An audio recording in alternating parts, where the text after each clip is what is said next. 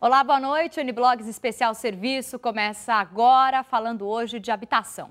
A Caixa Econômica Federal divulgou um crescimento de mais de 50% no valor destinado à compra da casa própria.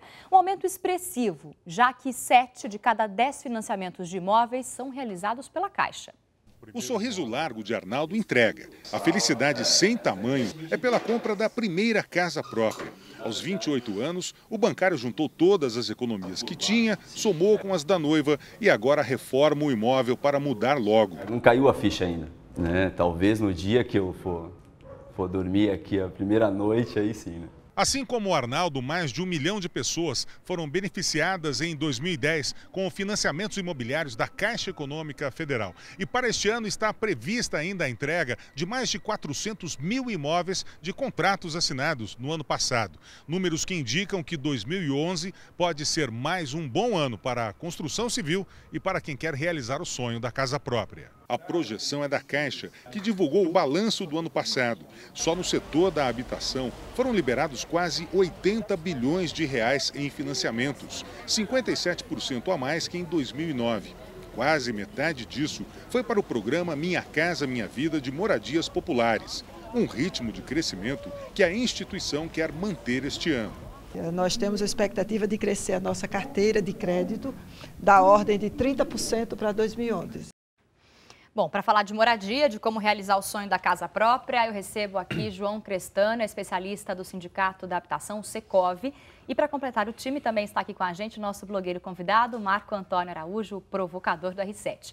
Obrigada pela presença, bem-vindos, boa noite. Eu começo perguntando, fazendo um link justamente com esse VT, quer dizer, o crédito está entrando. Por quê? Porque os imóveis estão mais caros, houve um boom no crescimento dos imóveis ou porque simplesmente é o momento econômico do país, isso também impulsiona o valor dos imóveis? Eu acho que é todo um momento.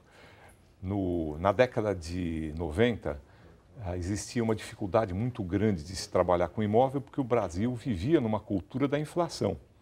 Onde tem inflação, imóvel não prospera.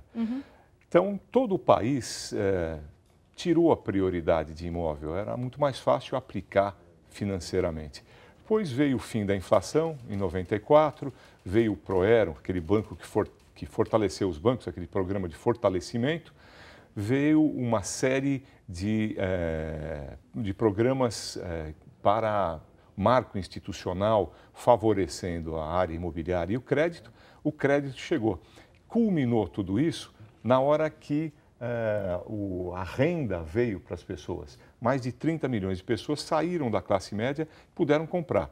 Então, crédito, prestação cabendo e bolso que consegue pagar, tudo isso trouxe demanda. Crescimento muito grande, muito rápido.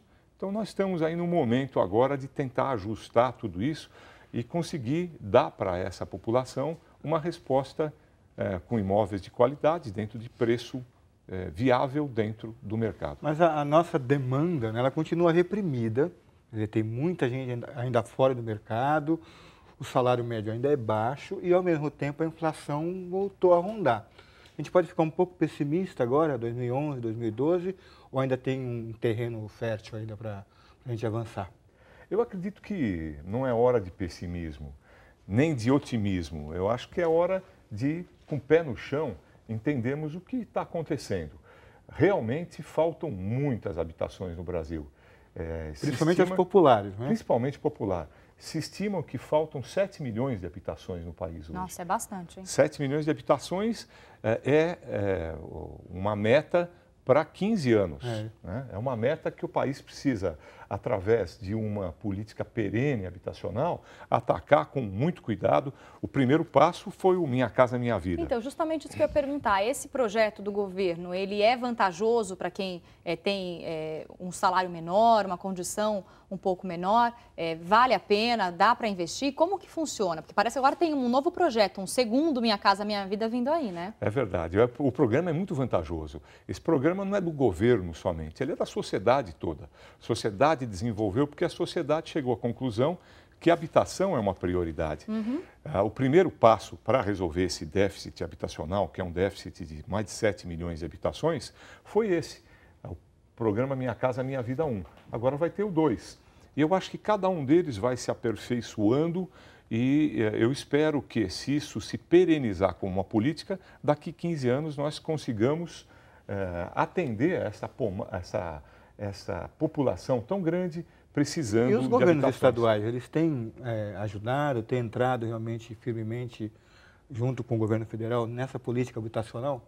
Pois é, alguns governos têm políticas próprias, alguns governos foram inteligentes a ponto de se juntar com o programa federal e tentar fazer para a população de mais baixa renda um atendimento conjunto, que dá uma sinergia, um sobe em cima do outro e faz um atendimento muito melhor. A principal vantagem qual é? Os juros que são baixos? As vantagens são muito grandes. Primeiro que é um programa que vai fazer a prestação caber dentro do bolso dessa população que chega na classe média. Através, sim, de juros mais baixos, mais acessíveis, através de taxas cartoriais mais favoráveis, através de um seguro que permite que, no caso de perda de emprego, haja um suporte pelo programa, o que é muito bom também. Muito vantajoso. E mais do que tudo, existe para as camadas de mais baixa renda mesmo, né, que vão até 6 salários mínimos, um subsídio, um desconto, que aí é preço a menos. Teve um imóvel que eu andei vendo de 130 mil reais, teve um subsídio de 20 mil aqui em São Paulo, na Zona Oeste, do programa Minha Casa Minha Vida, o que é bastante vantajoso. Agora, justamente falando sobre isso, para você que tem baixa renda e tem o sonho de ter a casa própria, entenda mais justamente sobre o programa Minha Casa Minha Vida. Olha só.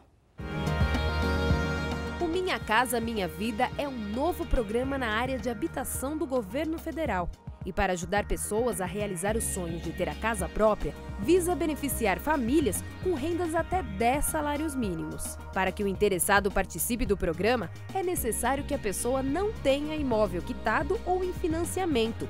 O fundo de garantia não pode ter sido usado a partir de 10 de maio de 2005 para quitação de prestação ou financiamento. Não pode estar na lista de devedores do SPC, Serasa, Banco Central e outros órgãos financeiros. Bom, e se você quiser saber mais sobre o programa, basta acessar o site que aparece na tela, que é o www.caixa.gov.br. Agora, independente do programa Minha Casa Minha Vida, o que deve ser observado na hora de comprar um imóvel, na hora de observar o imóvel e os documentos? O que tem que ser visto para não ter problema, para ter uma negociação bacana, justa e limpa? Eu acredito que, em primeiro lugar, entender que imóvel não se compra por impulso. Imóvel, nós vamos comprar 1, 2, 3 na vida. Então, pensar bastante, comparar, como se compara qualquer outra coisa. Compara regiões, compara construtora, compara imobiliária. Verifica quanto vai ser o financiamento, quais são as condições que há. E depois disso, bem determinado, é importante se conseguir uma assessoria de um bom corretor, de um bom engenheiro, de um bom advogado, para ajudá-lo a analisar documentação. Isso é importante, né? O estado do imóvel, vamos dizer que seja um imóvel já usado, é importante ver se ele está bem conservado. Um imóvel, ele varia de preço e varia de valor com sua conservação, com o lugar do quarteirão onde ele está. Então, é importante ter assessoria de alguém que entende. Agora, qual que é a relação do Secov com o programa Minha Casa Minha Vida? Olha, eu acho que, mais do que tudo, eu acho que nós, como parte da sociedade, somos admiradores desse programa. Eu acho que foi um programa que escutou a sociedade. E nós, do Secov e outras entidades do Brasil inteiro, estivemos juntos para propor, naquele momento, à ministra Dilma, ao presidente Lula, uma ajuda, um subsídio em termos de sugestões para que se conseguisse fazer 1 milhão de habitações em curto espaço de tempo e dentro de uma acessibilidade de todo mundo. Nós estivemos juntos, fizemos uma série de sugestões, essas sugestões foram analisadas, foram aceitas em grande parte e ao longo de toda a implantação nós fomos ouvidos, nós, a sociedade toda e essas entidades, de forma tal que houvesse uma evolução, porque o Minha Casa Minha Vida nada mais é do que o primeiro passo Nós temos outros passos a serem dados e ficamos muito felizes de que estamos sendo ouvidos para esses próximos passos. Participando dos o próximo projetos. é o Minha Casa Minha Vida 2, que está agora sendo introduzido nesse momento. Bacana. Agora, olha só, vamos falar de defesa do consumidor. Já ouviu falar da taxa SAT? Então, tenha cuidado na compra de imóveis novos. As corretoras estão cobrando e cobrando caro por esse serviço de assessoria técnica imobiliária. Para especialistas, a cobrança é ilegal. 3 quartos, sala em L, varanda com espaço de sobra e tudo com cheiro de tinta fresca. O apartamento foi entregue agora, justamente quando o proprietário acaba de colocar ponto final numa longa batalha com a corretora que vendeu o imóvel. Com o crescimento do mercado imobiliário, estão vinculando produtos e serviços que não são obrigatórios. E é preciso evitar essa situação. Ronaldo recebeu de volta os R$3.000 pagos em 2007 pelo SAT, Serviço de Assessoria Técnica Imobiliária, uma taxa cobrada pelas corretoras na venda de imóveis novos. Elas alegam que o valor é para pagar o advogado, que vai analisar o contrato. Nunca foi prestado esse serviço. Com uma câmera escondida, nosso produtor visitou estandes de venda. Além desse valor aqui, Paulo, a gente tem a taxa que a imobiliária cobra de contratação do serviço, ou seja, quando a gente está fazendo essa intermediação e fazendo a parte jurídica, a imobiliária cobra 0,88, que vai ser 3.234. A taxa é considerada ilegal por especialistas em direito imobiliário por vários motivos. Fere o Código de Defesa do Consumidor e até o Código de Ética da OAB. A contratação de advogados não pode ser imposta pela corretora. Como empregados das imobiliárias, eles não teriam isenção para analisar o contrato. O valor cobrado é um percentual em torno de 0,8%, o que é muito. Num apartamento de R$300 mil, a taxa seria de R$2.400. O detalhe é que o trabalho para analisar o contrato de um imóvel de 100 mil ou de 1 milhão é o mesmo. Outra irregularidade é vincular a compra do imóvel à contratação do serviço. Pode até ser caracterizado como uma venda casada, porque na verdade o consumidor chega para comprar o quê? Comprar um apartamento e não contratar uma prestação de serviço. E está sendo colocado as duas coisas no mesmo momento e obrigando praticamente o consumidor a adquirir esses dois produtos mais serviço. Na verdade, é uma assessoria para ajudar a quem está comprando entender qual que é a renda e qual que é o preço e tentar fazer a melhor escolha. Mas isso não é obrigatório e a quem for imposto é melhor procurar aí uma forma de se defender, porque não é obrigatório pagar essa taxa. Agora, para quem está comprando um imóvel, comprou o imóvel na planta, a construtora deu 2 anos para entregar o imóvel e depois de 2 anos o imóvel não foi entregue. A quem recorrer, para quem reclamar, como garantir os seus direitos? Claro, isso a gente diz hoje, com todo esse crescimento, a gente diz que pelas dores do crescimento, né? O que acontece? Às vezes há uma série de problemas, às vezes algum atraso, algum problema de qualidade, como tem em qualquer relação de consumo. Sim. Eu acredito que a melhor forma é um contato com a própria empresa que vendeu e procurar obter algum tipo de informação ou algum tipo de ressarcimento se há realmente um atraso, além do prazo que foi combinado, inclusive com prazos de carência que há pela entrega. Então, primeiro canal, diretamente com a empresa que vendeu, um diálogo e um tipo de compensação qualquer. Em segundo lugar, se tudo isso falha, existe a justiça para que isso seja determinado. Mas podendo a pessoa, vale a pena quitar um apartamento na planta ou até por uma precaução esperar a chave para acertar completamente qualquer valor ainda em aberto? Pois é, aí é uma decisão financeira. A pessoa vai ver que se ela quitar na planta antes de lançar qualquer coisa, hoje é muito raro uma pessoa que tenha dinheiro para quitar na saída, né? Agora, ela tem que ter uma vantagem muito grande para fazê-lo. Claro. Um desconto muito grande, mas sem dúvida ela terá um risco, porque durante 1 ano ou 2, durante a construção, muita coisa pode acontecer. Então, se houver uma vantagem muito grande, ele tem que avaliar isso. Agora, o melhor é ir pagando durante a obra, terminou e vai receber a chave, aí ele avalia se quer o financiamento ou se quer pagar à vista. Um imóvel, senso comum, quer dizer, em 10 anos, se eu financio um imóvel de R$100 mil, preço à vista, quanto eu vou estar pagando nesse período, mais ou menos, aproximadamente. Para 10 anos de financiamento. Pelo que o mercado está cobrando de juros aí. Dá um apartamento e meio, chega a dobrar o valor. Você vai pagar mais ou menos a mesma coisa ao longo de todo o tempo, o uso que você teria se tivesse alugado um apartamento também.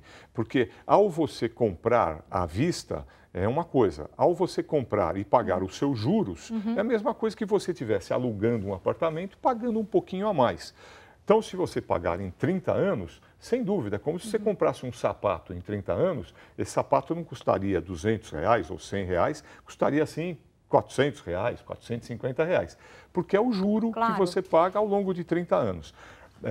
Pode variar de porcentagens, vamos dizer que se for 2 ou 3 anos, pode custar aí 10%, 5% a mais. Mas se for 30 anos, pode chegar assim a 50%, 60% a mais. Nesse caso, você precisa morar, então é como se você estivesse usando o imóvel e pagando até pelo uso, e no final das contas o imóvel vai ser seu no caso da compra, né? Agora, a entrega das chaves pode não significar um final feliz. Há muitas obras com mau acabamento e problemas de estrutura. O que fazer, por exemplo, quando o novo imóvel pode simplesmente desabar? Estes são condomínios de casas em São Paulo, imóveis de bom padrão, sonho de muita gente. Mas neste conjunto, pouco depois da entrega das chaves, o sonho virou decepção. O publicitário Ricardo Brandão comprou a casa há mais ou menos há 6 anos. Na semana passada teve que deixar a casa, o imóvel, às pressas, porque foi interditado pela Defesa Civil. E por isso aqui, ó, olha o tamanho das rachaduras que marcam praticamente quase toda a casa. Depois da reclamação dos moradores, a construtora enviou para cá essa equipe para fazer uma sondagem no solo. É uma verificação para se saber se o solo está se movimentando por causa da infiltração da água e causando as rachaduras nas casas. 4 casas deste bloco aqui já foram interditadas pela Defesa Civil.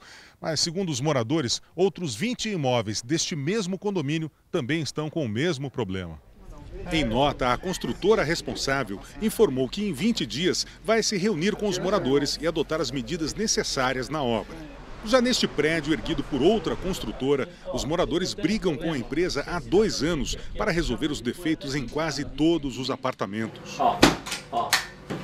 Ainda no apartamento de Ricardo, as janelas não fecham direito. Não fecha aqui, ó. A maioria dos problemas do prédio já foi resolvida, mas só depois que os moradores entraram na justiça. É bom lembrar que a responsabilidade das construtoras não acaba quando as chaves são entregues. Para os danos que extrapolam só o imóvel, que trazem consequências ao consumidor, o consumidor pode reclamar no prazo de 5 anos e a construtora tem que reparar o mais rápido possível.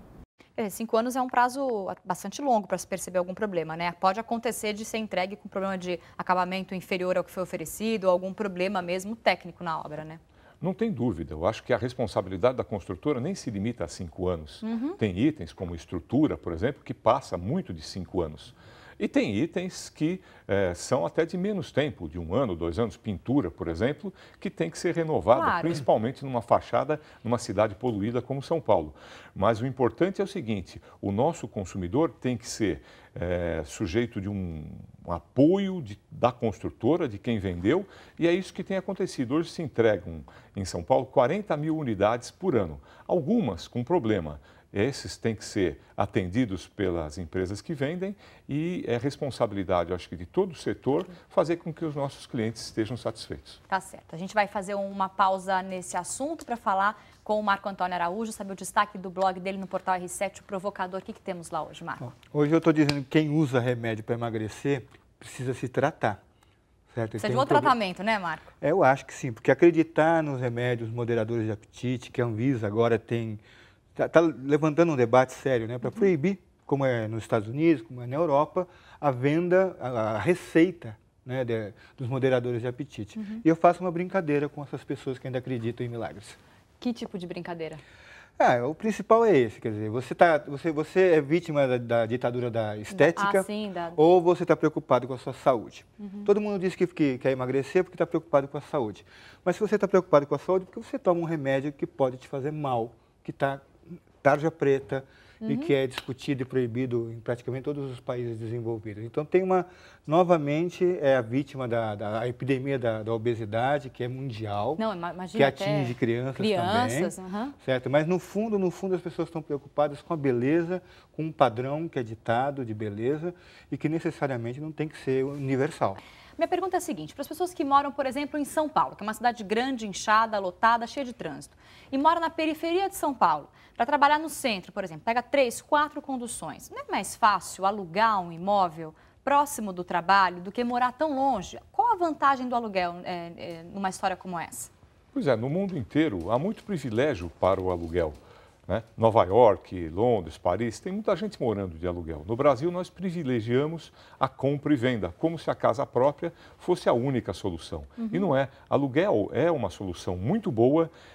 Você pode ter uma ajuda para morar perto da onde você trabalha e você muda de emprego, é fácil mudar.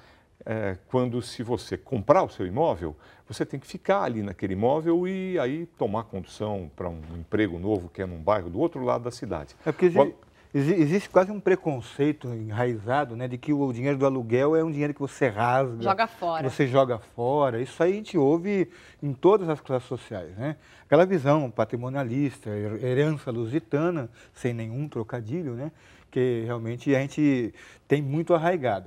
Mas eu acho que é legal deixar claro, o aluguel não é um dinheiro jogado fora, certo? É um dinheiro justo e que, principalmente para quem não tem um capital suficiente para comprar um imóvel, e até para quem tem, muitas vezes, se fizer a conta, é mais vantajoso alugar um imóvel do que comprar aquele imóvel que você tem dinheiro para adquirir. Eu estou errado?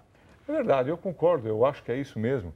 Eu acho que aluguel é uma alternativa que facilita. Tem gente que tem o dinheiro, prefere aplicar e pagar aluguel, e tem gente que não tem o dinheiro e prefere alugar enquanto não tem convicção que a compra de um imóvel se aplica à sua família melhor do que o aluguel durante 2 ou 3 anos, o conhecimento de um determinado bairro, o conhecimento se prefere morar numa casa ou se prefere morar num apartamento, e aí vai conhecer muito melhor o que a sua família quer, precisa e o que cabe no seu bolso. Aí essa decisão ao longo do tempo de comprar ou não pode ser tomada com muito mais propriedade. Bacana, é isso aí. No N-Blogs especial de hoje, serviços, falamos sobre habitação. Agradeço a participação do João Crestano, especialista do Sindicato da Habitação de São Paulo, Secov, e do nosso blogueiro convidado, Marco Antônio Araújo, provocador do R7, sempre trazendo considerações importantes, bacanas aqui no N-Blogs. Amanhã vamos falar de compras em lojas ou na internet. Mande suas perguntas para o nosso e-mail que está na tela ou ainda via Twitter no @NBlogsTV. Até amanhã, tchau!